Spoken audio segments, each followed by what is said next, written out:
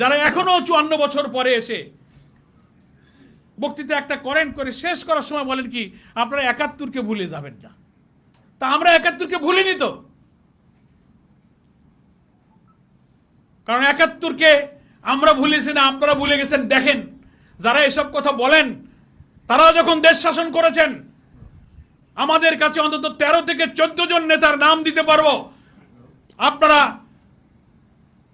তদানীন্তন মুক্তির যুদ্ধের সময় যারা অখণ্ড পাকিস্তানের পক্ষে ছিলেন, স্বাধীনতার বিরোধিতা করেছিলেন, সেই সমস্ত লোকদেরকে এই দেশের প্রেসিডেন্ট বানানো হয়েছে, প্রধানমন্ত্রী বানানো হয়েছে, মন্ত্রী বানানো হয়েছে, এমপি বানানো হয়েছে। যারা কথা বলছেন তাদের পরিবারের লোকেরাও স্বাধীনতার বিরোধিতা করেছে, এর প্রমাণ আছে। মন্ত্রী, এমপি, প্রেসিডেন্ট, রাষ্ট্রপতি দিয়ে 12-13 জন এমন লোক যারা ওই সময় তারা অখণ্ড পাকিস্তানের পক্ষে ছিলেন। 54 বছর পরেও শুধুমাত্র দলীয় হিত স্বার্থে আমরা মীমাংসিত বিষয়গুলোকে টেনে এনে ক্ষত সৃষ্টি করে জাতির মধ্যে বিভক্তি এবং অনৈক্য তৈরি করার চেষ্টা করছি। এই জাতিকে গড়া যাবে না। এই জন্য আমরা বলি, জুলাইয়ের গণ অভ্যুত্থানে যে জাতীয় ঐক্যের ইস্পাত কঠিন নমুনা আমরা দুনিয়াকে দেখিয়েছি, আসুন সেই জাতীয় ঐক্যের ভিত্তিতে আমরা এই দেশটা আর একবার গড়ার জন্য পরিশ্রম করি, প্রচেষ্টা চালাই। ফ্যাসিবাদ বিরোধী সংগ্রামের সকল রাজনৈতিক দলের কাছে আমার আকুল আবেদন থাকবে, আসুন নিজেদের এই বিভেদ বিতর্ক টানার দরকার নাই। আপনি যখন দাঁড়িয়ে এই পুরানো ইস্যু নিয়ে কথা বলবেন জামাত ইসলামের বিরুদ্ধে, আয়নায় দাঁড়িয়ে আপনি আপনার রাজনৈতিক ইতিহাসটা একটু দেখবেন। আপনার মুরব্বীরা কি বলে গেছেন? তারা জোট করার সময়, রাজনীতির সময়, ভোটের সময়, সরকার গঠনের সাহায্যের সময়, রাষ্ট্রপতি নির্বাচনের সময় আন্দোলনে একসাথে হাতে হাত ধরে গুলির মুখে জীবন দিয়ে যখন লড়াই করেছেন, তখন এইসব পুরনো কথা মনে ছিল না? এই কথাগুলো আয়নায় দাঁড়িয়ে একটু ভাববেন। আমরা সব রাজনৈতিক নেতারা বক্তৃতা করার সময় একটা নীতিগত কথা বলে থাকি, ব্যক্তির চেয়ে দল বড়, দলের চেয়ে দেশ বড়, বলি না? এই কথাটা বলার সময় আমরা বলি, কিন্তু কার্যত দেশের চেয়ে দল বড়, দলের চেয়ে ব্যক্তি বড় কথা কাজে কিন্তু সেটাই এখন অনেকেই দেখাচ্ছেন। একথা কেন বলেন? আমি বলবো, হ্যাঁ, দল ভিন্ন হলে ভিন্ন ভিন্ন মত থাকতে পারে, কিন্তু জাতির ন্যাশনাল কিছু কমন ইস্যু তো আছে। আমার স্বাধীনতা, আমার অখণ্ডতা, আমার আধিপত্যবাদ বিরোধী চেতনা, দুর্নীতিমুক্ত সমাজ, সততা, ন্যায়নিষ্ঠবান, সাম্য, সামাজিক সুবিচার, ন্যায় নীতির উপর রাষ্ট্র প্রতিষ্ঠা, এ ব্যাপারে তো কোনো দলের মধ্যে দ্বিমত নাই। আমরা এই জায়গায় এক থাকি। চট করে কিছুদিন পর, যতদিন, ওই যে আমি আবার বলেছি, যতদিন আমি আপনার সঙ্গে থাকি তখন আমি আপনার সঙ্গী, যেই থাকি না সেই জঙ্গি। এই স্লোগানটা ভুলে যান। এখন আর এই 54 বছর পরে এই নতুন নিউ জেনারেশন আপনার এই ভাঙা রেকর্ড বাজালে এই গান আর এই জাতি শোনে না। এটা মানুষ আর খায় না। ওরাই তো দেখেছে 91, ওরা 2001 দেখেছে, ওরা দেখেছে।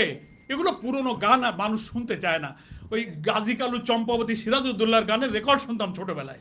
এখন ওই গান বাজালে কি নতুন প্রজন্ম শোনে? এখন নতুন গান বাজান, ওই পুরনো গান আর এই জাতি শুনতে চায় না। এ কথাগুলো বলতে আমার দুঃখ লাগছে। সব রাজনৈতিক ফ্যাসিবাদ বিরোধী সংগ্রামের সাথীরা আমাদের ভাই, আমরা মিলেমিশে একসাথে থাকতে চাই। এই দুঃখ থেকে কথাটা বলছি, আসুন দেশ গড়ার এখনো সুযোগ সময় আছে। আমরা যেন জাতিকে বিভক্ত করার কোনো ইস্যু যেন উস্কে না দিই।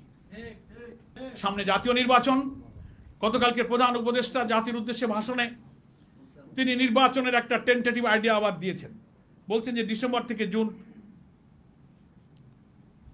আমরা পরিষ্কার বলতে চাই, জামাত ইসলামী প্রথম থেকেই বলেছে নির্বাচনের কোনো মাস, ক্ষণ, দিন, বছর জামাত ইসলামী কখনো বেঁধে দেয়নি। আমরা বলেছি এই সরকারের টেন্টেটিভ আইডিয়ায় তিনি যখন নির্বাচন করতে প্রয়োজনীয় সংস্কারগুলো শেষ করে নির্বাচন অবাধ, নিরপেক্ষ এবং গ্রহণযোগ্য করার মতো করে নির্বাচন যখনই উনি করতে পারবেন, আমরা সেই নির্বাচনে রাজি আছি। জামাত ইসলামী সেই নির্বাচনের প্রস্তুত। আমি খুব তাড়াহুড়ো করলাম অথবা লম্বা সময় দিলাম, নির্বাচন যদি আবার সেই 14, 18, 24-এর মতো হয়, তো আমার এই সময় দিয়ে তো কোনো লাভ নাই। ফলে time is not important. Important হচ্ছে ইলেকশনটা নিরপেক্ষ হবে কিনা। তার আগে এই মানবতা বিরোধী অপরাধ যারা করেছে, হাজার হাজার লোককে যারা খুন করেছে, মৃত লাশ আগুনে পুড়িয়ে যারা ছাই করেছে, হেলিকপ্টার থেকে শিশুকে যারা হত্যা করেছে, এই ইতিহাসের বর্বরতম খুনিদেরকে ট্রাইব্যুনালে যে মামলা হয়েছে, বিচার শুরু হয়েছে, এই বিচার দৃশ্যমান হওয়া চাই। বিচার না করে অপরাধীদেরকে আপনি যদি শাস্তি না দিয়ে আপনি নির্বাচনের নামে তাড়াহুড়ো করে পার হয়ে যেতে চান, বলা যায় না, আধিপত্যবাদী শক্তিরা কিন্তু এখানে আবার স্পেস খুঁজে নেবে। কত দুঃখ দেখেন, আমাদের এই বন্ধুরা বলতেছেন ইনক্লুসিভ ইলেকশনের নামে ওনারা আওয়ামী লীগকে অ্যাডজাস্ট করতে চান। এই 6-7 মাসেই আপনি ভুলে গেলেন কি করেছেন? এখনো তো গণমাধ্যমে টেলিভিশনে সেই ভিডিওগুলো, লাশগুলো গাড়ি থেকে কি করে ফেলছে, কি করে গুলি করছে, আমার ছাত্ররা কি করে আহাজারি করছে ফুটপাথে, সেই দৃশ্য আপনি 7 মাসে ভুলে গেলেন। আপনি এক্ষুনি বলেন আওয়ামী লীগকে আপনি অ্যাডজাস্ট করবেন, বিচার হবে, জনগণ সিদ্ধান্ত নেবে তাদের কি হবে, তারা যে অপরাধ করেছে এই আইনে তাদের বিচার করা ছাড়া আপনি এই দেশের রাজনীতির আভ্যন্তরীণ সুস্থ পরিবেশ কখনো ফিরাতে পারবেন না। ফলে প্রয়োজনীয় সংস্কার চাই।